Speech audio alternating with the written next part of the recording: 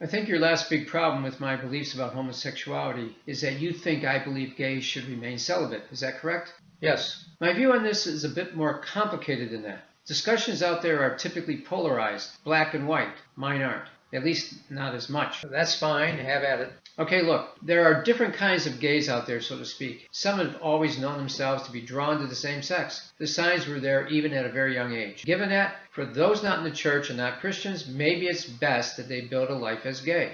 Okay, interesting coming from you. But aren't you condoning sin then? No, what I'm doing is supporting their civil rights while not imposing my morality on them legally. Legally. That's why I support civil union. I can certainly respect that. Please go on. Then there are gays who are gay because of sexual abuse as young children or teens. They were actually heterosexual before the abuse. In my opinion, these gays could be helped to heal from their trauma and mobilize their natural heterosexuality. I've known some who have. One's been happily married and a pastor now for decades. Of course, that's presuming heterosexuality is normal and homosexuality is abnormal. Well, I do think that. That's no surprise to you. But there's a third way to become gay. Because the culture is normalizing homosexuality, there are now those teens who are experimenting being gay, testing out how it feels to kiss the same sex. They think it's cool, a new normal. It's exciting to them. But they put themselves at risk of retraining themselves to be gay. What you've said so far about distinctions among gays does make sense. Not sure I ever thought of it that way before. Perhaps I didn't because I think we should let everyone decide for themselves what to do with their lives. I do think people need to decide for themselves. I affirm everyone's civil rights. We discussed that.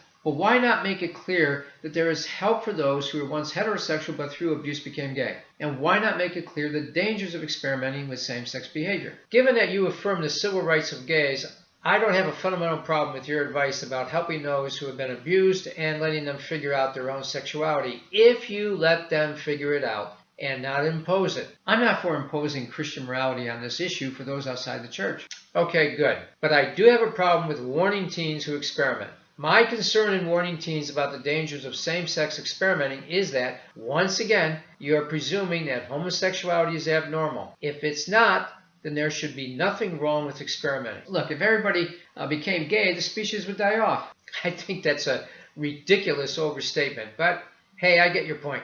So we could warn teens that they risk changing their sexual orientation and make it their choice. I guess just like warning teens about sex and pregnancy and leaving it up to them, I suppose. I think that's a reasonable enough analogy. All right, so what about those inside the church for Christians? And what about celibacy, which is where this discussion today started? The place I call for celibacy is within the church, for church leaders in particular. I do not want to normalize and model a homosexual lifestyle to Christian children. And I believe that same-sex behavior is not in anyone's best interest. It is not healthy, and it is sin. So at least church leadership should not indulge in sinning like that. You're contradicting yourself. It's okay for some to not only have sex, but get married. But then not okay for others, like Christian leaders. Isn't that a double standard? First, for me, it's civil union, not marriage. But the answer is no. It just looks that way if you forget that I support the civil, legal rights of gays. Whether in the church or the secular community, I view homosexual behavior as not normal, not fundamentally healthy, and therefore sin. But I won't impose those views through law. Okay, you don't want to normalize homosexuality and do view it as sin. So for your people in the church, you want to model and teach that homosexual behavior is wrong and unhealthy. At the same time, you do not want to impose your standards on everyone else outside the church.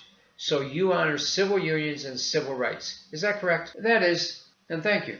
And for you, the whole thing for gays is much simpler. Homosexuality for you is a normal option equal in health and morality to heterosexuality. You support gays' civil rights fully like I do, but unlike me, you are fine with heterosexuals becoming gays for whatever reasons, whether abusive histories or teen experimentation. Isn't that correct? Yes, I see nothing wrong with being gay for whatever reason. So up to this point, I do think we understand each other. I also think we can respect each other's view while disagreeing on homosexuality being abnormal and sin. Is that fair? Fair, but I do think you hide behind the banner of homosexuality being normal as a way to achieve and protect gay civil rights. Someone like me can fully support their civil rights while still believing homosexuality is abnormal. And frankly, I think you are being either naive or self-deceiving if you think homosexuality is normal. You want simple? Simply put, same-sex parts don't match. They just don't. I think there is truth to what you say in that I just don't care about whether homosexuality is normal or not. All I really do care about is gay civil rights. Everything for them then falls into place once they have their civil rights. And the church can do whatever it wants.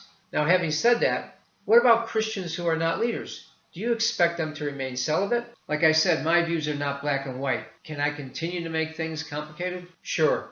I'm always willing to talk.